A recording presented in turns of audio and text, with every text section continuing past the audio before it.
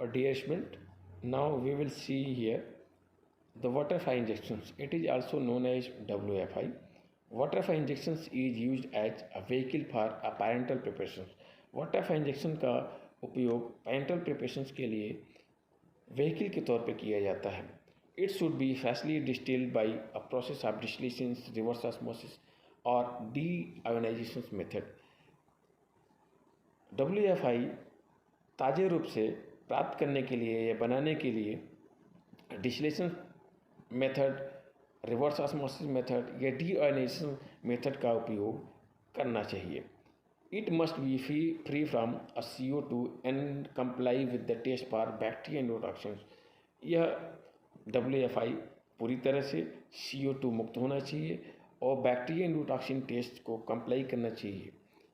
The solutions or a preparation should be sterilized. Solutions या preparation sterilize होना चाहिए. The pH and osmolarity should be 5.5 in a range of 5 to 7 and a 0 respectively. WFI का pH 5.5 होना चाहिए जिसका range 5.0 से 7.0 तक और osmolarity 0 होना चाहिए. 10 ppm total dissolved solid TDS is officially permitted. In WFI, TDS 10 ppm is permitted as per pharmacopoeia. The conductivity of the reverse osmosis RO water should be below 1 micromole per centimeter.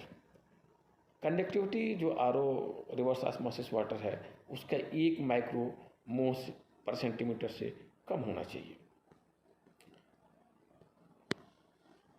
The source water usually must be pre-treated by 1 or a combination of following treatment. जिसमें source of water हम generally water-fire injection बनाने के लिए use करते हैं उसका pre treatment करते हैं. प्री ट्रीटमेंट बहुत सारे तरीके से किया जा सकता है. जैसे कि आप देखेंगे केमिकल सॉफ्टनिंग, केमिकल यूज करके पहले वाटर को सॉफ्ट किया जाता है. फिल्ट्रेशन, उसका फिल्ट्रेशन किया जाता है. डी आयोनाइजेशन, उसमें जो भी आयन्स हैं उसको यानी कि हटाया जाता है. कार्बन अब्जॉर्प्शन से जो भी कार्बन अडहेरिंग मटीरियल्स है उसको, ये इम्प्यूरिटीज को रिमूव किया जाता है. देन रिवर्स ऑस्मोसिस, उसके बाद रिवर्स ऑस्मोसिस से उसका प्यूरिफिकेशन किया जाता है. There are 3 types of distillation still to produce water for injection. Water for injection produce करने के लिए 3 तरह के डिस्टिलेशन स्टील का उपयोग करते हैं. Compression distillation, multiple effect steel and reverse osmosis. Now we will see here the contaminants of the source water. जो source water generally use water for injection बनाने में किया जाता है, कौन कौन से उसमें कंटामिनेंट्स हो सकते हैं. इनऑर्गेनिक कंपाउंड्स कंटामिनेंट के तौर पर हो सकते हैं, ऑर्गेनिक कंपाउंड्स हो सकते हैं, some solids, gases, micro organism, minerals.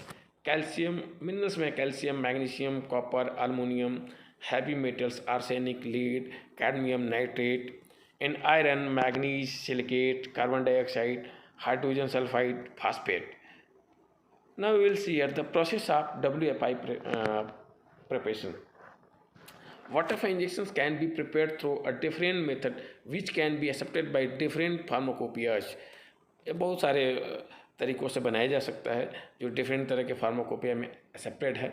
आप पहले नंबर पर देखेंगे डिस्टिलेशन, जो यूरोपियन फार्माकोपिया में या यूरोपियन फार्माकोपिया और USP और जापानीज तीनों में एक्सेप्टेबल है. अल्ट्रा फिल्ट्रेशन यूरोपियन में नहीं एक्सेप्टेबल है, while USP and Japanese pharmacopoeia में एक्सेप्टेबल है. Now we will see here the distillation process.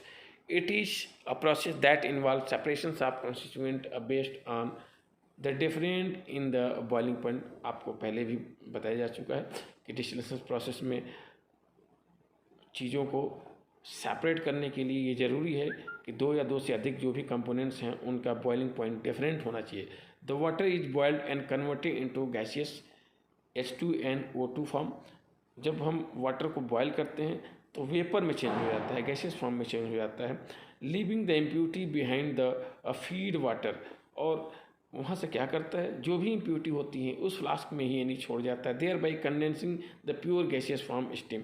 और उसको हम फिर क्या करते हैं, जो स्टीम है या वेपर है उसको कंडेंस कर लेते हैं. ठीक है, प्योरेस्ट यानी गैसियस फॉर्म में.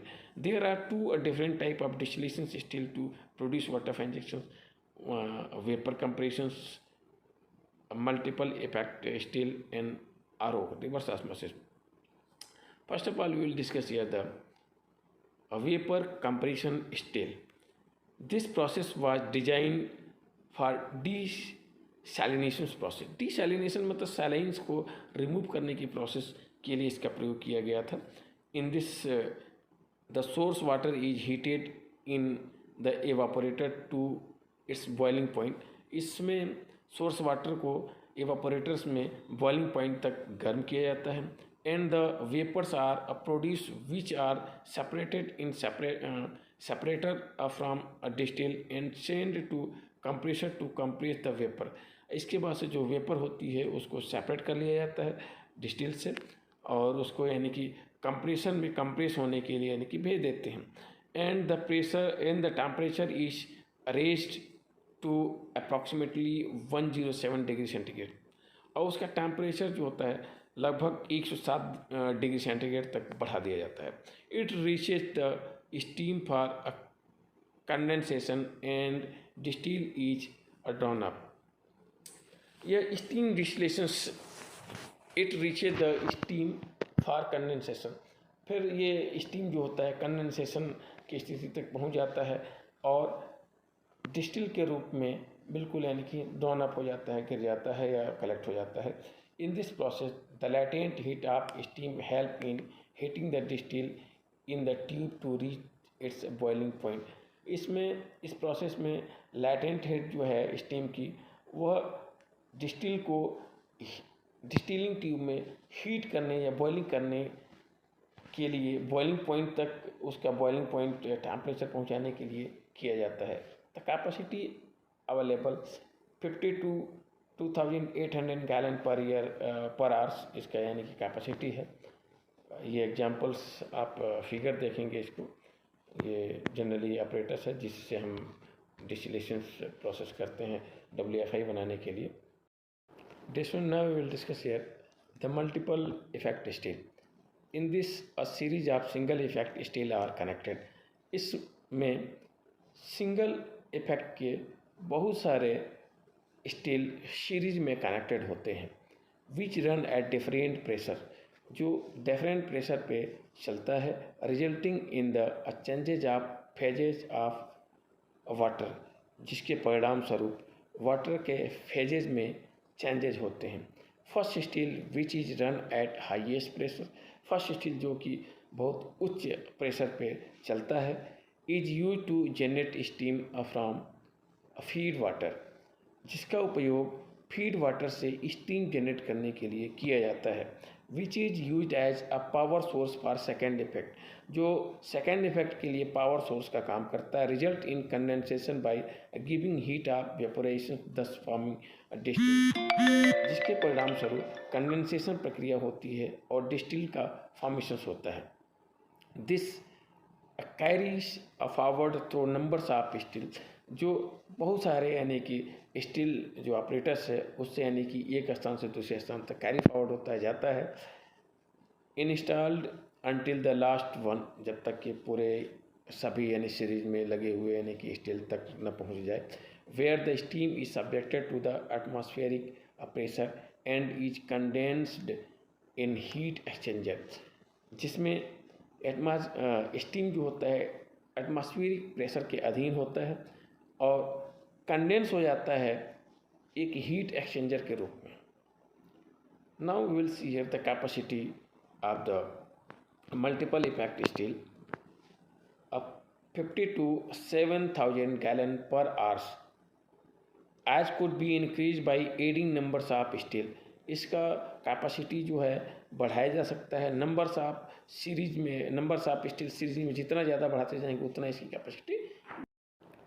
Dear students, now we will discuss here double pass reverse osmosis.